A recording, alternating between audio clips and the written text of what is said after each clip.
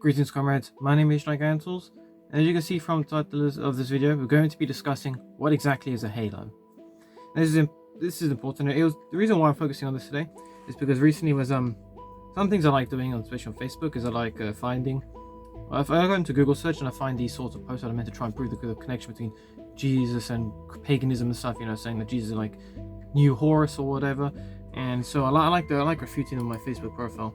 One of the recent ones I found was written by a guy called Thomas Paine, and he says the Christian religion is a parody on the worship of the sun, in which you put a man called Christ in the place of the sun and pay him the full adoration normally paid to the sun.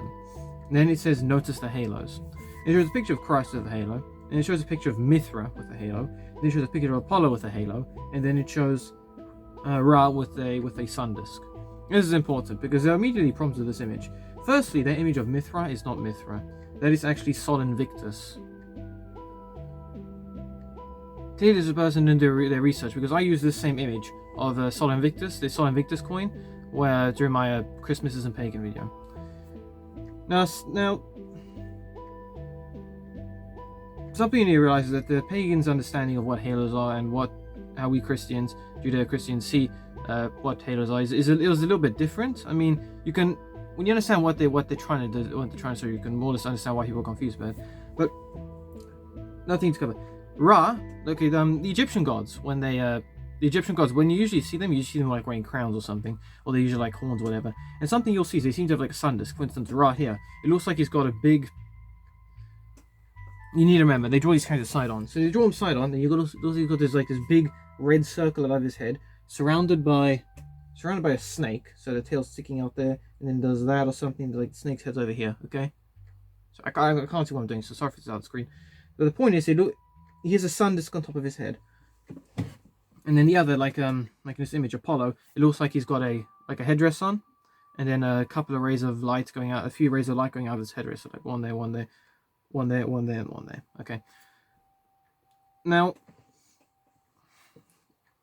to understand why this is wrong, we need to understand what a halo is. Now, a halo is not, as you may have seen as a children, it's not some sort of ring above your head.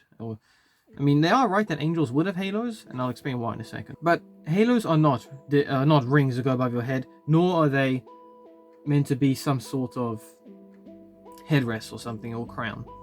Although I guess you could say it's a crowning glory of sorts. We actually see halos 3 times in the Bible.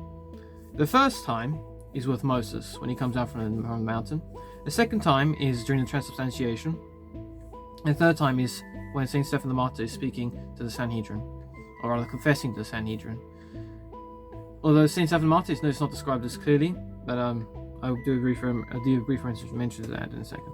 So the first time we see what a halo is, Moses has been speaking to God, and Moses is the first prophet to actually speak to God face to face. Although it's in a special way, because when Moses asks to see God, God says, I'll hide you in a crack. I'll put my hand over you and hide you in a crack in the mountain face, and when I pass by, you can look at my back. Because if you look at my face in all my glory, you will not live. And so he's literally right in front of God. And when he comes in front of the mountain, his face is glowing, and he doesn't realize, but his face is glowing. And then during the transubstantiation, Jesus and his clothes start to glow, and then we see Moses and Elijah around him. But the point is, he starts glowing. And then Saint Stephen the Martyr, when he's speaking to the Sanhedrin, he says his face glows like an angel as he looks up and then sees Jesus at the right hand of God. It goes, and there are other times in the Bible where the other things have been glowing, such as the Ark of the Covenant glowing, or the tent of meeting, that's glowing too. And there's a reason why, and that's because a halo represents a reflection of God's glory upon a person's face. Consider it the difference between the sun and the moon. The moon produces no natural light of its own. You go into scientific argument and say, okay, well, everything does produce light, and you're right. But the light the moon would produce in a dark room, if there was a room big enough, with any other light source reflecting off it, you won't see it. The moon reflects the light of God, the light of the sun. It doesn't produce any light of its own. Okay, just take this in this context here. It doesn't produce any light of its own. It just reflects what the sun gives it. And that's what a halo is, because it's a bit hard to sometimes depict it. But again, when Moses coming down from the mountain, we would typically see him as like, you wouldn't be able to see his face. You would just see almost like a miniature sun almost on his shoulders, because you wouldn't be able to see his face because of the massive glow. But when it comes to art, it can be quite hard to identify who Moses would be if you can't see his face. You need some sort of caption saying Moses descending from the mount, or people saying, or like speech bubbles, almost like, it's like, Moses, what's wrong with your face, or something. So what they typically do is that they'll usually cut that almost like sphere of light in half so you can see his face. And that's exactly what a halo is. Another way you could tell is that sometimes when you look at these, I know that we usually depict people with halos, they're looking forward. They're looking forward, like Jesus in this image. He's looking forward at you, so you see what looks like this disc around his head. But if that were true, that would mean that if Jesus turned his head, okay, let's just say this is my halo. If Jesus turned his head, you would see what looked like a disc around his head, almost like he's wearing a plate. But that's not what you see, because when you see people who have halos and they're not looking at you, but they're looking at an angle, or they're looking like this way, like almost like Egyptian, you'll see that the halo then does this around them. Okay, it's still 2D, and that's the problem when it comes to trying to depict a sphere on a 2D object, because ultimately all you're going to do is just getting a cross section of it, because you can't depict a sphere otherwise. So a halo is not a circle. It's not a disc around your head. It's not a headdress. It's actually a cross section. In art, it's a cross section of a sphere of light almost around you. Because one of the ways we depict God's glory is light, because it's hard for us to understand it completely.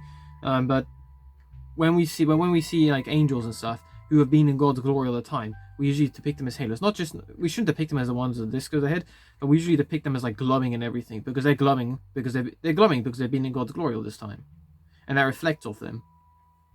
And that's exactly what's happening. That's exactly what happens when we depict halos on like the saints, on Moses. It's basically he's been in the presence of God, so with the light, with God's glory reflecting off him, even maybe just for a little while, but with God's glory reflecting off him, he looks like he's glowing. He's glowing from that, just the sheer majesty of that glory.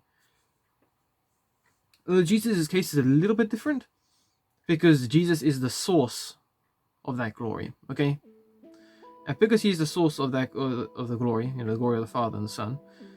Because he's the source of that glory, it's a little bit different, because all the light coming from him is not reflecting off him; it's coming from him directly as a source. Which is one of the reasons why it's harder to look at Jesus. It was hard to look at Jesus during Transfiguration than it was for the people to look at Moses' glowing face on Mount Sinai. And so when we see like the Temple Mount, when we see like the tent of meeting and the Ark of the Covenant, when they're glowing, that's because God's glory is reflecting off that too. Okay, he's meant to be on the mercy seat of the Ark, right? And so that's reflecting his glory. And the tent of meeting, he's meant to reside in there for the people. He's meant to reside among his people in the tent of meeting. And so God's glory reflects off that, and so it glows. So when you depict something glowing in Christianity like that, it's not meant to be some sort of sun worship. It's meant to be a way of depicting God's presence there, or rather God's glory being reflected off something. And for a saint to be depicted as having God's glory reflecting off their face is meant to symbolize them being before his beatific vision in heaven. And because of that honor, because they're standing before the glory of God himself, you could depict that halo as almost like a sign, almost as like a crown of glory, like a crown of achievement, saying, I am before God himself. This halo proves it. This is an honor. It's the highest honor you can get. But when you look at stuff like the Egyptian gods or their sun discs, something you'll notice is that it's not a halo. First, mainly because their halo is above their head. It's not here. It's not around their head. It's not a sphere of glowing light. It's a circle above their head, which is very different. I mean, when it comes to like Akhenaten, Pharaoh Akhenaten, when he tried to do monotheism and he worshipped the sun, he wasn't trying to worship the sun. If you look in the context of Judeo-Christianity, because Moses had already left Egypt by then, and Joshua was busy going around destroying the tribes of Canaan, and the Amani tablets were describing this account of the Hibaru people who were marching throughout Canaan, destroying these cities, and they were writing to Pharaoh saying, "Please help us. The Hibaru are attacking us." But Pharaoh Akhenaten at the time wasn't going to help them, and the reason why is because he remembered this is the same God. The God of the Hibaru or Hebrews was the same God that had destroyed Egypt a few decades before. And so by worshipping the sun disk, he wasn't trying to by worshipping the sun, he wasn't trying to worship the sun, he was actually trying to worship God. Because all cultures, whenever they depict something like a halo, that's actually their way of distinguishing between the divinity. For instance, if you were to depict like a really powerful anime character, what would you do? You would depict them with their eyes glowing, right? Or you depict them with like the ground cracking around them. And in ancient cultures, the way that you'll depict the divinity is literally them glowing with incredible power. And obviously you need to identify the characters, which is why they're usually restricted just the head. But for ancient Egyptians to actually identify them, because I know that like Horus and Ra can be sometimes confused because of the way that they're depicted so closely. So what they do instead is they have the sun disk over their head. So the sun disk represents their divinity. Okay, it represents the divinity in the character, but it's up here so you can actually distinguish the characters. And so by Akhenaten trying to worship this sun disk, he wasn't trying to worship a pagan god. He was trying to worship literally divinity. He was trying to worship the divine. He was trying to worship what makes these gods divine, and that would be the divine nature. However, in monotheism, there's only one divine nature. Although in the Trinitarianism, that one divine nature shared fully throughout all three persons of the Holy Trinity. So by Akhenaten worshipping what looked like the sun, it wasn't him trying to worship the sun itself. He was trying to worship literally divinity. We Christians depict the divinity as the sun in the same way as, just as Moses could not look at the sun, could not look at God without dying, and look at God's face in his all glory without dying, we cannot look at the sun without going blind. Okay, it's beyond us. We cannot comprehend the sun's appearance.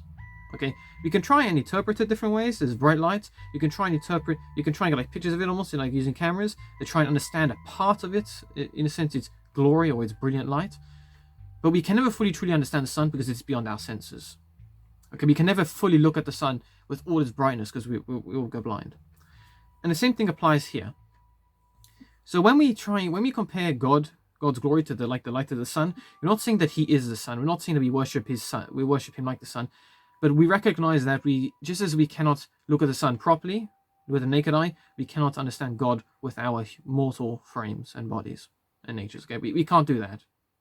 He's beyond us. So when we compare God to the sun, it's not a sign of paganism. It's just an acknowledgement that it's like the sun. You can look at God. You could try to look at God, but it's going to go as well as you try and look at the sun. I mean, think about this. If you cannot look at the sun with the naked eye, what makes you think you could look at its creator with your naked eye? Right? And when we talk about like again this depiction of Apollo, in which he has the halo and the lights. Okay, Apollo is typically seen as the god of the sun in the ancient Greek and Roman mythology, but he was not the original. There was the original sun god who was called Helios. However, some of the gods fell out of use and stuff over time, and so Helios's character as the sun driving the sun chariot was replaced with Apollo taking over his role as well. That's typical happens. I mean, you usually see like these gods. They sometimes share. Like you can have multiple gods of water, but sometimes the characters start getting merged into one, and some of these gods like fall out of popularity and everything. And something happened to Apollo there. But then that shows the development of Apollo's character over time. Whereas God is constant. He's always constant in what he does and what he is a god of, and that is the god of everything. But to depict a pagan god with a halo, or even with like the rays of light coming out of it, you know what?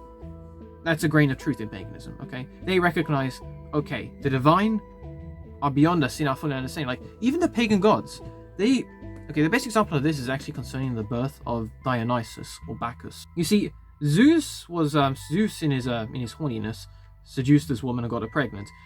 Hera, I don't remember how to pronounce it exactly. Hera was jealous, obviously, because her husband was cheating on her, and so she met with the pregnant woman. Can't remember her name now. Sorry. She met the pregnant woman and said that this is just an old man seducing you. Otherwise, if he really was Zeus as he claimed, why doesn't he appear in his true form to you?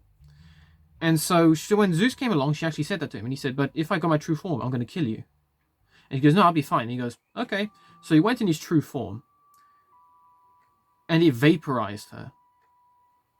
Dionysus was half formed at that point in time. And so you can almost imagine like literally just her being completely obliterated in a sequence like that. And then just Dionysus hovering there for a split second, this half-formed fetus. And Zeus quickly had to grab him, cut open his leg and put Dionysus inside of his thigh, and then close his leg over it. And then after a couple of months, he cut open his thigh, and Dionysus was born, fully formed now. But the point is that the idea of the god's true form was so much that the mortals couldn't even bear it. They would incinerate immediately. That's a grain of truth in paganism. Because even if they worship pagan gods, even if they worship these completely ludicrous entities and stuff that are very much more human than divine, the idea that divinity is so powerful that we cannot comprehend it, that even just trying to see it would kill us, would obliterate us. That stems from the fact that we cannot look upon God in his origin. We can't look upon God in all of his glory, because that'll destroy us as well. So the depiction of trying to show this power, not just like this glowing entity, like you can barely comprehend, but just a halo around us with these beams of light coming from his head, out of that halo.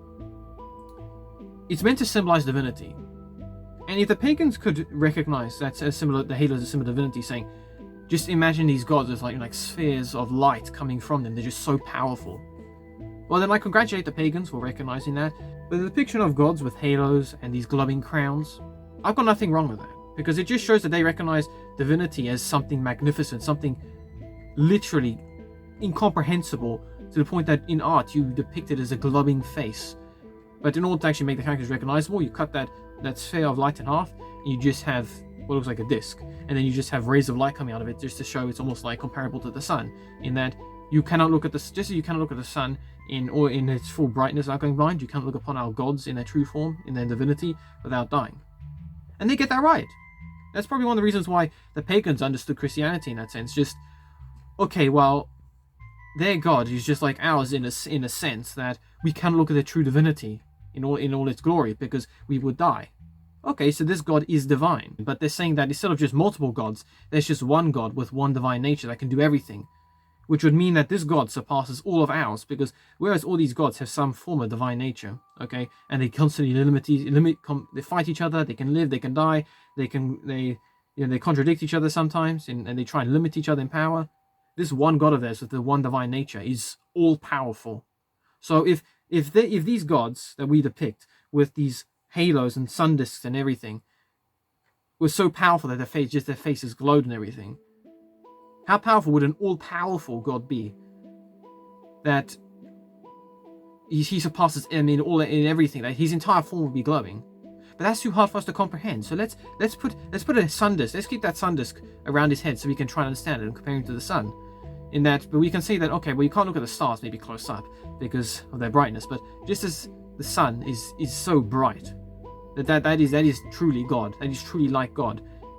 And all these other pagan gods are just almost like simpler forms, like stars compared to God, stars in the distance compared to the brightness of God before us. And so if a pagan understands God in that sense, I've got nothing wrong with that. Okay, I've got nothing wrong with that at all. So long story short, halos are not pagan. Okay, halos represent divinity, and divinity is not a pagan idea. So when you have like sun discs, so when you have people trying to represent just the sheer power of a deity through the form of what's meant to be the face glowing, but it's a bit hard to depict that in art completely, like just a sphere of light going, so you just depict it as a cross section. Nothing wrong with that at all.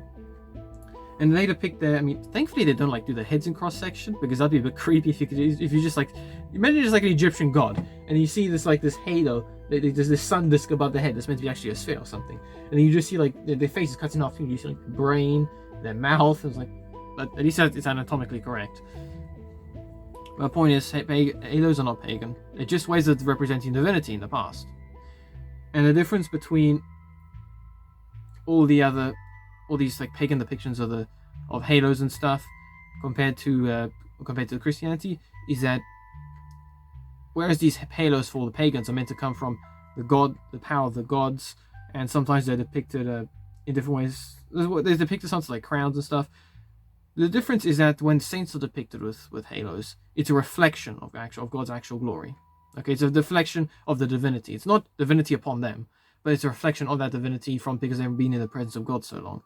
And we cannot fully comprehend God's divinity, which is why we just use halos. No one depicts an angel or whatever with a halo thinking, yep, I'm copying pagans from, I'm going to take the pagan system and directly put it on Christianity. No one thinks that. Okay, they don't. No one has this pagan intention anymore, because paganism well, at least ancient paganism is effectively dead. So feel free to continue using halos and stuff for your purposes. I mean, if you're going to pick Christ or the Holy Trinity with a halo, that's just because it's easier to draw a circle around the head. It's around the head like that, than it is to like just draw this completely almost like glowing white character. Because and there are probably accusations of whitewashing, which people who say that can shut up because it's absolutely stupid. You're seriously going to say that a beam of light is racist because it's so bright, almost white, really?